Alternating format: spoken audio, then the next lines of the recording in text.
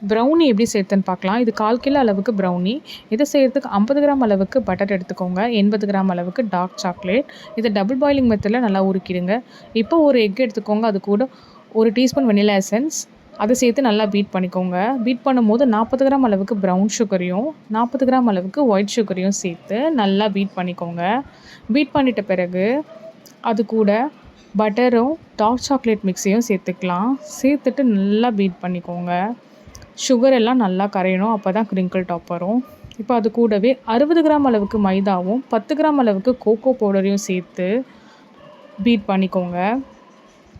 நல்லா எல்லாமே மாவெல்லாம் கரையிற அளவுக்கு நல்லா அதை கலரி விட்டுக்கோங்க. இப்போது நல்லா கலரிட்ட பிறகு இந்த கன்சிஸ்டன்சி வரணும்.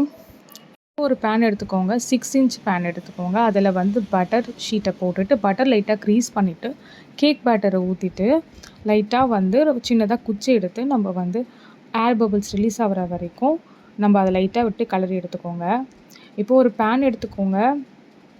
அந்த பேனில் 10 மினிட்ஸ் அளவுக்கு ப்ரீஹீட் பண்ணிவிட்டு 25 மினிட்ஸ் லோ ஃப்ளேமில் குக் பண்ணிங்கன்னா நம்ம ப்ரௌனி ரெடி ஆகிடுச்சு. இது கிரிங்கிள் டாப்போடு வந்திருக்கு. இந்த ப்ரௌனியோட டேஸ்ட்டும் ரொம்பவே சூப்பராக இருக்குது. நீங்களும் கண்டிப்பாக இதை வீட்டில் செஞ்சு பாருங்கள். இது ரொம்பவே ஈஸியும் கூட.